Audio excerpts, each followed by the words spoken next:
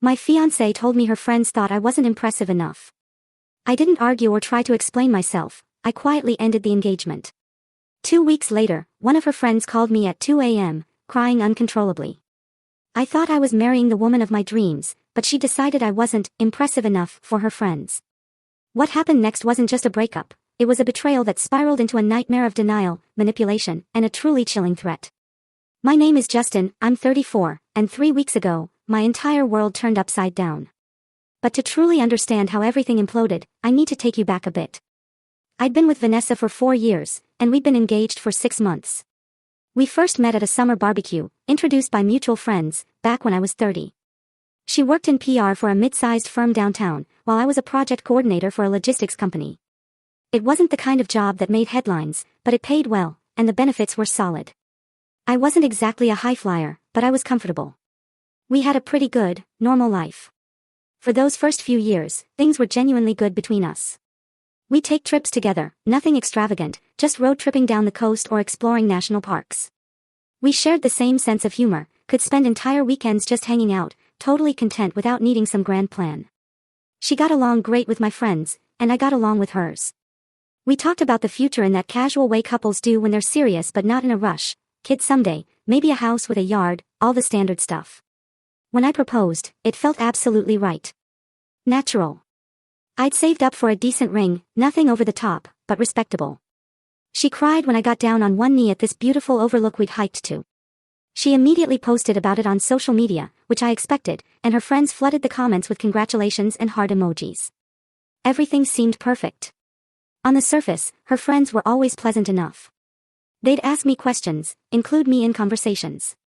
But gradually, I started noticing a pattern. They had this obsession with talking about money and status, way more than felt normal to me.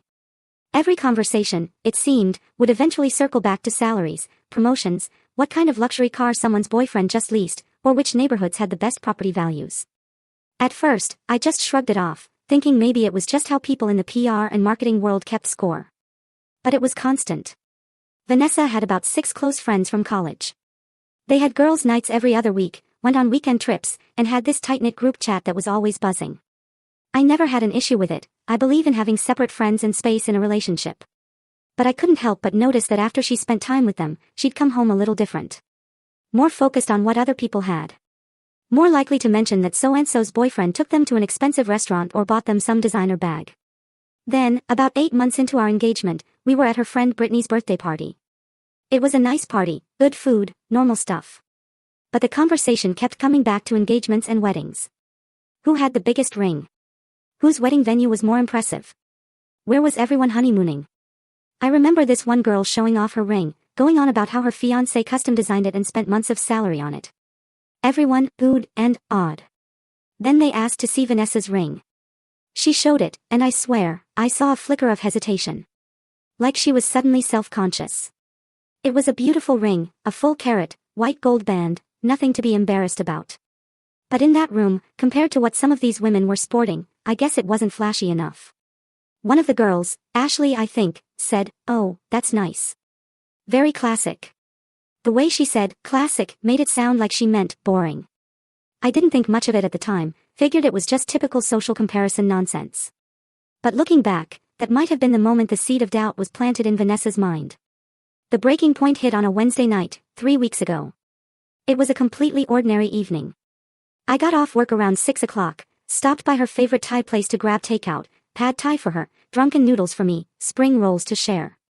I showed up at her apartment around 6:30. The second I walked in, I could tell something was off. She was on the couch with her laptop. She barely looked up when I came through the door. Usually, she'd pause what she was doing, give me a kiss, ask about my day. This time, nothing. Just a distracted, hey, and her eyes immediately back on the screen. I set up the food on her kitchen counter, grabbed plates, started unpacking everything. I called out, asking if she wanted to eat at the table or on the couch. She said she didn't care, her voice flat. So, I brought everything to the coffee table and sat down next to her. She closed her laptop but kept her phone in her hand, checking it every 30 seconds. We ate in weird silence for a few minutes. I tried asking about her day, got short, clipped answers. I mentioned something funny that happened at work, got a half smile that didn't reach her eyes. Something was clearly wrong, but she wasn't volunteering it. Finally, I just put down my fork and asked directly, "What's going on? You've been acting strange since I got here." She set down her food, too, still not looking at me. "I had lunch with the girls today." "Okay," I said. "How was it?" She let out a heavy sigh, like I was already making things difficult. "They were asking about the wedding, about you, about our plans." Something in her tone made my stomach tighten. "What about me?" I asked. "They were just asking normal questions," she said, finally making eye contact, though it was fleeting. "What you do for work. What your family's background is. What kind of future we're building. You know, typical stuff friends ask." She paused, took a breath. "And, honestly, Justin, they brought up some concerns. They think I could do better. That I may be settling. They said I should be aiming higher." The words just hung there in the air, thick and suffocating. "Your friends think you're settling by marrying me." "Not in those exact words," she said, finally looking directly at me, her gaze steady now. "But they do think you're not as ambitious as you could be. That your career is kind of stagnant. And the more I've thought about it since lunch, maybe they have a valid point." My blood ran cold. "Oh, a valid point about what?" "About whether we're truly compatible for the long term," she said, and now the words came faster, like a dam had broken. "I want more out of life, Justin. I want to travel first class, not economy. I want to live in a neighborhood people are impressed by. I want our kids in private schools, not public. Can you honestly provide that kind of lifestyle?" The cold settled deep into my chest. "I make good money, Vanessa. We've talked about all this before. You never said any of it was a problem." "I know," she countered, her voice hardening. "But talking to my friends made me realize I haven't been thinking big enough. They think I should be with someone more impressive. Someone who makes them jealous, not someone who makes them ask, what does he even do?" "So, your friends don't think I'm impressive enough," I said slowly, the disbelief heavy in my voice. "And now you agree with them?" "I'm just being honest about my concerns." I nodded. "Okay, then go ahead and aim higher." She looked genuinely shocked. What? What?" I echoed, my voice rising slightly. "If you think you can do better than me, go ahead and try. I'm not sitting here auditioning to prove I'm good enough for you or your friends. Either you want to marry me, or you don't. Pretty simple, Justin. Don't be dramatic." "I'm not being dramatic. I'm being clear. You just told me I'm not impressive enough and that you're settling. So, don't settle. We're done." "Wait, you're breaking up with me over this?" "I'm trying to have an honest conversation." "No," I said, standing up, my voice firm. "You're telling me I'm not good enough while expecting me to somehow convince you otherwise. I'm not doing that. You can have the ring back tomorrow." I left her apartment and drove back to mine in complete silence. Didn't turn on the radio. Didn't call anyone. Just drove through the dark streets, the words replaying in my head, thinking about what had just happened. I got home around 9 o'clock, walked into my apartment, and didn't even turn on most of the lights. I just sat on my couch in the dark living room for close to 2 hours. My mind raced, reviewing everything. 4 years together. All the trips, the inside jokes, the plans we'd made. Meeting her parents for the first time. That awkward dinner where I was so nervous. The time we drove 8 hours to visit my family and her car broke down halfway there. Coming home to her apartment after bad days at work and just decompressing together. All of it real. Or so I'd thought. But apparently, none of it was enough. I wasn't impressive enough. My career wasn't flashy enough. I didn't make her friends jealous. 4 years reduced to, I should aim higher. Around 11 p.m., something switched in my brain from her to just, done. Completely, utterly done. I wasn't going to sit around hoping she'd change her mind or come to her senses. I wasn't going to try to prove myself or work on convincing her I was worth marrying. If she thought she could do better, great. Go do better. I got up, turned on the lights, grabbed my laptop, and started going through emails. Every wedding vendor I could find that I'd corresponded with. I'd paid for about 70% of the wedding expenses, as we'd agreed Vanessa would save her money for the honeymoon. That meant most vendors had my credit card on file as the primary payment method. First was the venue. This beautiful place about an hour outside the city, with gardens and an indoor-outdoor setup, had availability for our date next month. I found their contact info, called their emergency number since it was late, and explained I needed to cancel the wedding reservation. They were sympathetic but firm about the deposit being non-refundable. Fine, I said. Cancel it. Lost $3,000 right there. Didn't care. Then the caterer. I sent an email at midnight explaining the wedding was off and we needed to cancel the contract. They responded first thing Thursday morning, confirming cancellation. Another $1,500 gone from a deposit. The photographer. Cancelled. Lost that deposit too. Honestly, at that point, I wasn't even tracking the money anymore. Florist cancelled. DJ cancelled. The woman who was going to do the wedding cake. Cancelled. The shuttle service we booked for guests. Cancelled. I went through my email systematically. Every single vendor that had my information, every service we booked. Some I cancelled that night. Others I sent emails to and followed up with calls Thursday morning. By Thursday afternoon, I'd cancelled everything I'd personally paid for or had my name attached to. The engagement ring was a different matter. $8,000 I'd saved up for over a year. Cut back on eating out, skipped a vacation, worked some overtime, all for this ring that I thought represented our future. Thursday morning, I drove to the jeweler, walked in, and told them I needed to return it. The guy behind the counter looked sympathetic. They had a 90-day return policy with a 20% restocking fee. He ran my receipt, processed everything, and handed me a check for $6,500. I stood there in the parking lot just looking at that check, thinking about how excited I'd been buying that ring 6 months ago. How sure I'd been, and how wrong I'd been about what I thought we had. Then I texted Vanessa, ring has been returned. All wedding vendors I paid for are cancelled. You're free to aim higher now. She called immediately. I didn't pick up. She called 18 more times that day. Then started texting from her friends' phones, I'm so sorry. Please talk to me. We can fix this. I made a mistake. I blocked every number she tried. The first week after sending that text was completely surreal. Vanessa tried everything to reach me. Called from different numbers after I blocked hers. Sent me messages through Instagram, Facebook, even tried LinkedIn, which was honestly desperate. She showed up at my apartment building twice that I know of, maybe more times when I wasn't home. Left notes on my car windshield. Sent me long emails that I deleted without reading past the subject line. Our mutual friends got dragged into it immediately. Some reached out asking what happened, if we could work it out, saying Vanessa was devastated and I should at least hear her out. Others quietly reached out to say they thought I'd made the right call. Chris, my best friend from college, came over that first Saturday with pizzas and just let me vent about everything. Didn't judge, didn't offer unsolicited advice, just listened. When I was done, he said, anyone who makes you audition for their love isn't worth having. That stuck with me. The friend group split pretty cleanly. Half thought I'd massively overreacted and thrown away 4 years over one heated conversation. The other half thought Vanessa had revealed her true priorities, and I'd dodged a nightmare. The ones who thought I'd overreacted slowly stopped reaching out after I made it clear I wasn't changing my mind or reconsidering. The ones who supported the decision stuck around. What I didn't realize at the time, and only found out later from Chris, was that Vanessa hadn't actually told anyone the real reason we'd broken up. She was still posting on social media about wedding planning. Still sharing Pinterest boards for reception decorations. Still commenting on other people's engagement announcements with stuff like, can't wait for my big day. Like we were still together and everything was fine. Chris found this out because he knew one of her bridesmaids, Brittany, from his old job.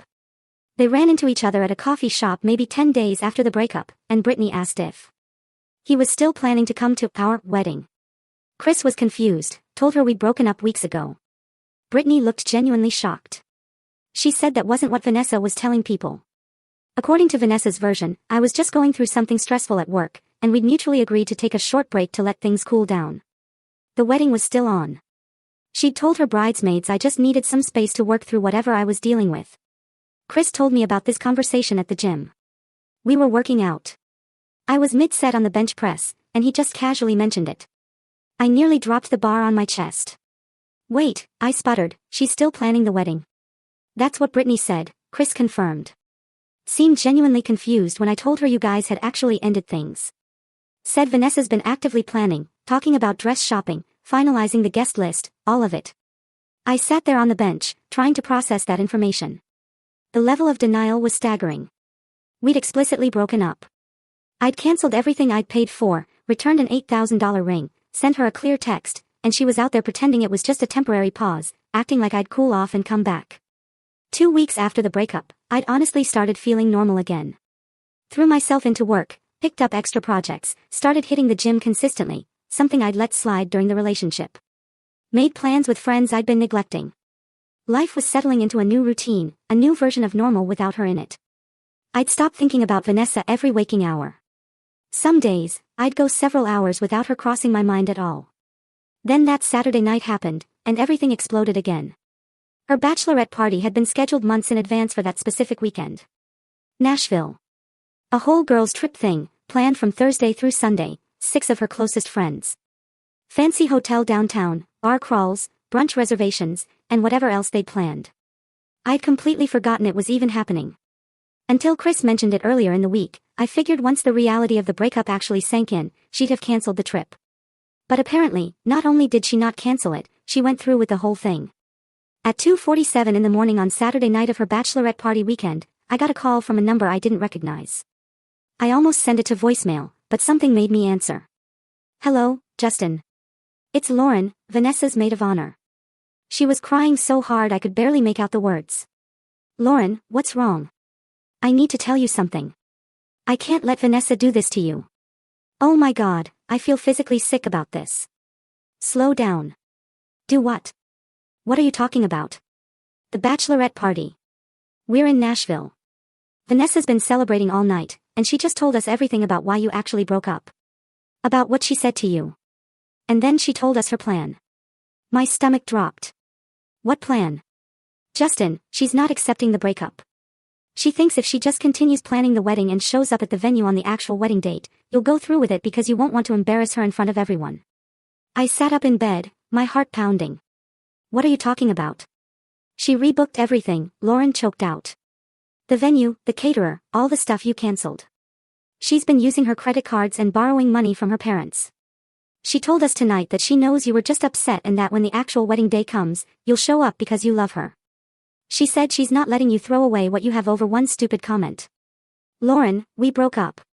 I explicitly told her we were done." "I know," she cried harder. "That's why I'm calling you. She's delusional, Justin. She genuinely thinks if she just acts like everything is fine, it will be. And her friends here, these girls, they're encouraging it. They keep saying you'll come around. That guys get cold feet all the time. That she just needs to be persistent." I felt ice water in my veins. "Where is Vanessa right now?" "Passed out in the hotel room." But before she passed out, she said something else. Something that made me want to throw up. "What?" Lauren was full on sobbing now. "She said, if you don't show up to the wedding, she'll tell everyone you were abusive. That she'll make up a story about why the wedding got canceled that makes you look like a monster. She said no one will blame her then. They'll just feel sorry for her, and you'll be the bad guy." The room started spinning. She said that out loud. Yes. And I have proof. I've been screenshotting her messages to the bridesmaids group chat all week because something felt really wrong. She's been saying insane things, that you'll come around, that you're just being stubborn, that you'd never actually humiliate her by not showing up. And then tonight, she literally said if you don't show up, she'll just tell everyone you were controlling, and she had to call it off, that no one will blame her. "Send me everything," I said, my voice dangerously calm. "Every screenshot. Right now. I'm sending them as we speak. Justin, I'm so sorry. I should have said something sooner. I've been uncomfortable with her behavior all week. But I didn't realize how bad it had gotten until tonight. This isn't okay. What she's planning isn't okay."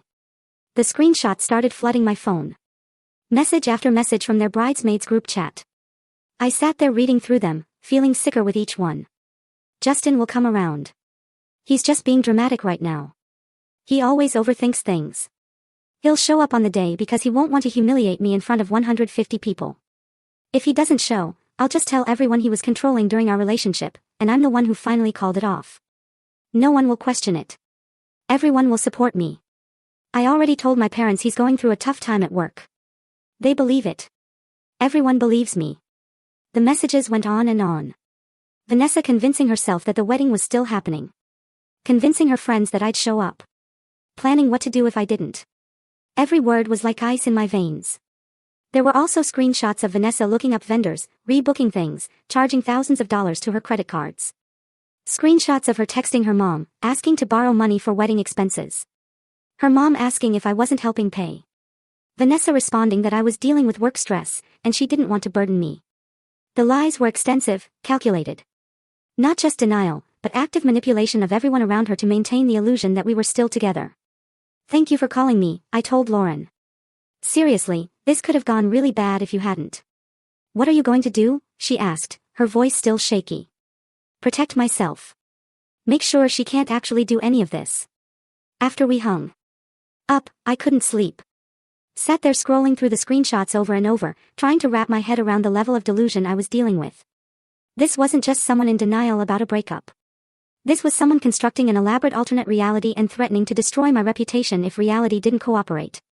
Sunday morning at 8 a.m., I called a lawyer. My uncle's a lawyer, but he does corporate stuff, so he referred me to a colleague who handles personal matters. I got the guy on the phone, apologized for calling on a Sunday, and explained the entire situation. He listened carefully, asked me to forward him all the screenshots. He called back an hour later. Okay, here's the situation, he said. Technically, she hasn't done anything illegal yet. Planning to lie isn't the same as actually lying. But her threat to falsely accuse you of abuse could potentially be defamation if she follows through, and you'd have grounds for a civil suit. The screenshots showing premeditation would be very valuable evidence. What should I do? I asked. Document absolutely everything, he said. Save every text, every email, every screenshot. Don't delete anything. Keep a detailed timeline of events. If she does follow through with false accusations, you'll need all of this. Also, I'd recommend getting ahead of this with her family if possible. If they're reasonable people and they understand what's happening, they may be able to intervene before things escalate further. That made sense. As much as I didn't want to involve her parents, they deserved to know what their daughter was planning, and maybe, just maybe, they could talk some sense into her. Then, I made the call I'd been dreading. Vanessa's dad answered on the third ring. Mr. Bishop, it's Justin. I need to talk to you about something serious. Justin. His voice was warm, friendly, completely unaware of what was coming. Good to hear from you. Vanessa mentioned you two were working through some issues. Everything all right with you? The fact that she'd even told her parents we were working through issues instead of admitting we'd broken up made my blood boil. No, sir. Everything is not all right. I need to be very direct with you. Vanessa and I broke up 3 weeks ago. I ended the relationship and canceled our wedding. But she's been telling people, including you, apparently, that we're still together, and she's rebooked all the wedding vendors using your money and hers. There was a long, heavy silence on the other end of the line. She told us you were taking a break, that you needed some space because of work stress. We're not taking a break, I said firmly. We're broken up. She told me I wasn't impressive enough for her and her friends. When I ended things, she refused to accept it. Now she's in Nashville at her bachelorette party telling her bridesmaids that if I don't show up to a wedding I never agreed to, she's going to claim I was abusive during our relationship. Justin, that's an extremely serious accusation you're making. I have proof, I said.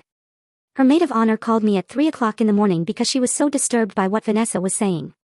I have screenshots of everything from their group chat. Vanessa has been planning this for weeks. She's either going to force me into marrying her, or she's going to destroy my reputation with false abuse allegations. I wanted you to hear this directly from me before things get worse. Can you send me these screenshots? I forwarded everything to his email while we were still on the phone. Heard him clicking through his computer. The long silence as he read through message after message. When he finally spoke again, his voice had changed completely. Flatter, older somehow. Give me a few hours, he said.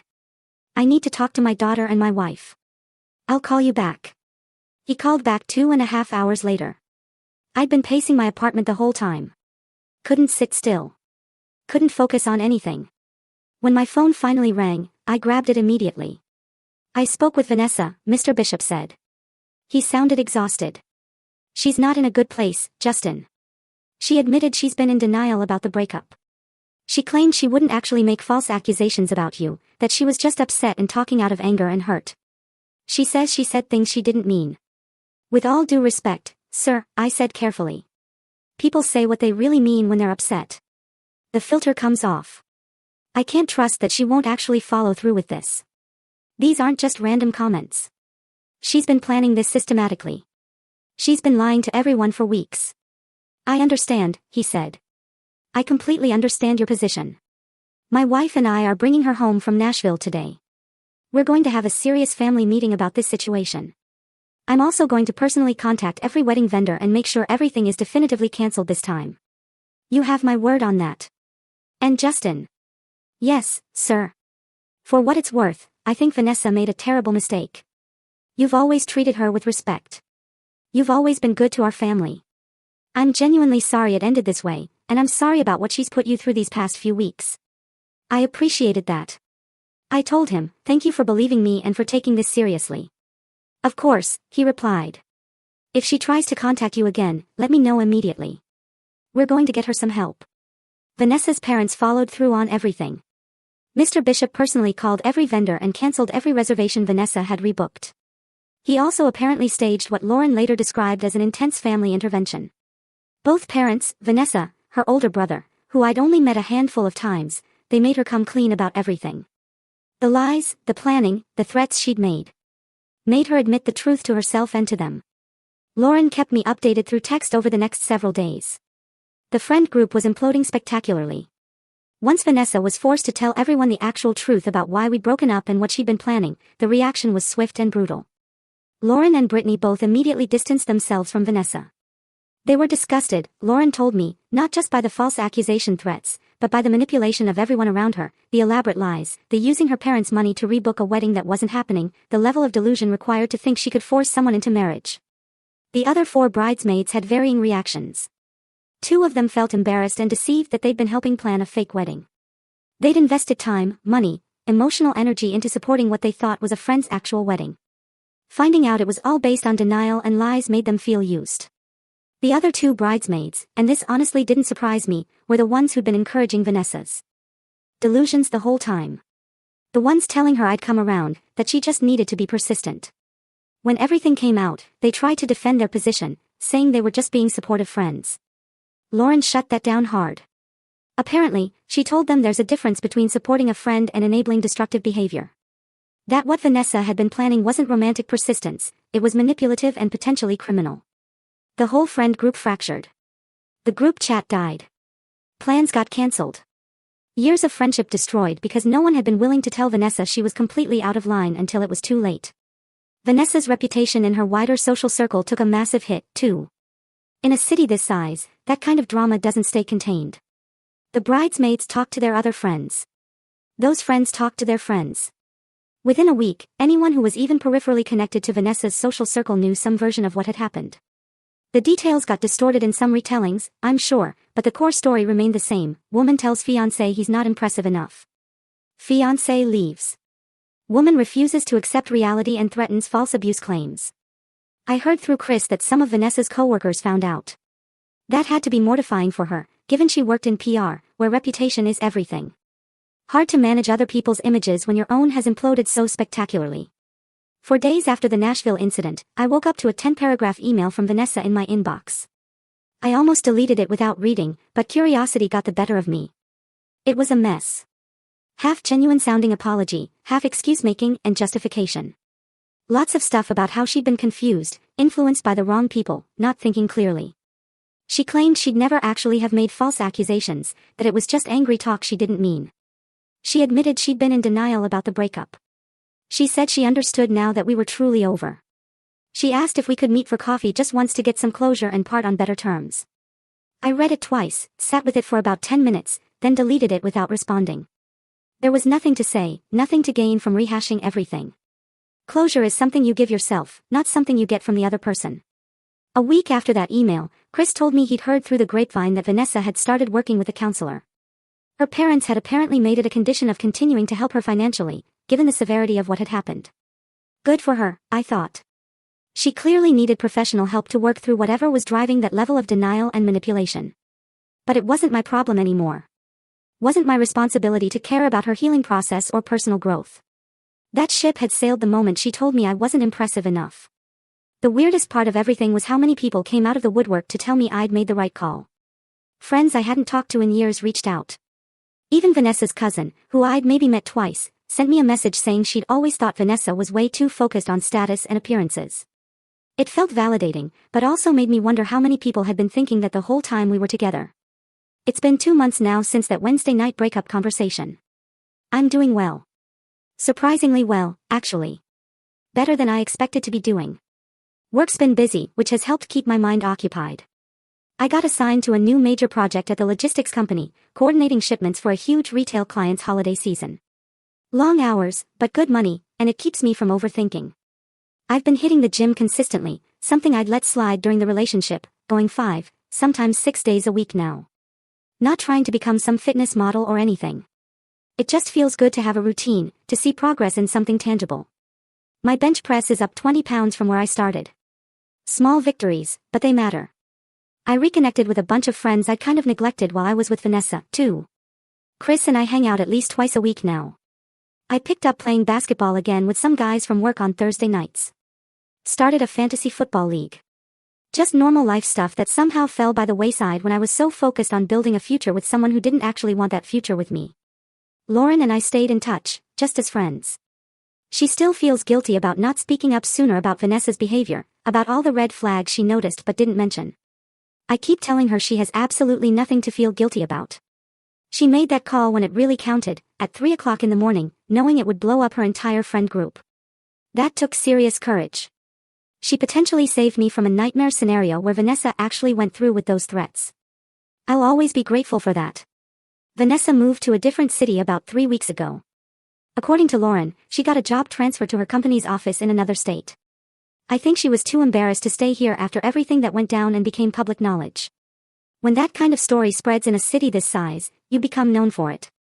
You can't escape it at the grocery store, at the gym, at happy hour spots. Everyone knows. Everyone whispers.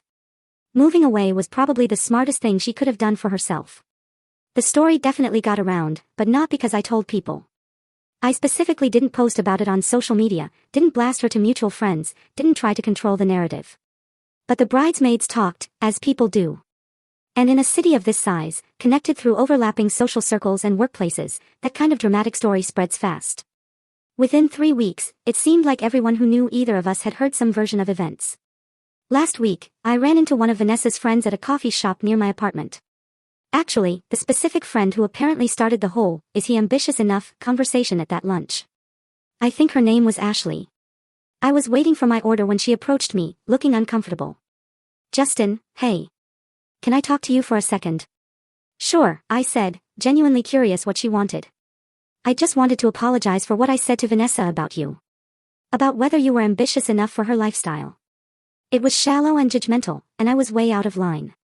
I didn't think she'd actually take it that seriously, and I definitely didn't think everything would explode the way it did." "What exactly did you say to her?" I asked. She looked even more uncomfortable. "I asked if she thought you were really ambitious enough for the kind of life she wanted, whether you could provide the lifestyle she'd always dreamed of. It was stupid and cruel, and I was projecting my own relationship insecurities onto you guys. Vanessa's always been a little insecure about how she measures up to people, about her status, and I think I fed right into that. I feel terrible about what happened. Did you know she was planning to go ahead with the wedding anyway?" "No," she said quickly. "I swear I didn't know about that until after the Nashville trip. When I heard what she'd threatened about making false abuse allegations, I was absolutely horrified. That's not okay. That's never okay." "No, it's not," I agreed. "For what it's worth," Ashley said, "I think she really did love you. She just got it in her head that she needed to be with someone more flashy, someone more impressive on paper, to prove something to people, to her friends, to herself, I don't know. But it was never actually about you not being enough. It was about her own issues." "I appreciate you saying that," I told her sincerely, "and thanks for the apology. That takes guts." She nodded and left. I sat there with my coffee for a while after, thinking about what she'd said. Vanessa loved me, sure, in her way, but not enough to defend me when her friends questioned whether I was good enough. Not enough to be proud of what we actually had instead of chasing some fantasy of a more impressive life. That kind of love just isn't enough. It's not sustainable. It's not real partnership.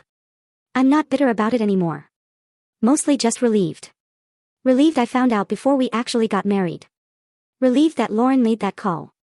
Relieved I didn't waste more years with someone who saw me as a status symbol instead of an actual partner. The money from returning the engagement ring is sitting in a savings account. Not sure what I'll do with it yet. Maybe take a trip somewhere I've always wanted to go. Maybe just leave it there as a reminder that I made the right choice walking away. Vanessa's parents actually sent me a card last week. Just a short note apologizing for everything and thanking me for handling the situation with maturity. That was unexpected but appreciated. It shows they recognized how messed up the whole thing was. And that, I think, is closure enough for me.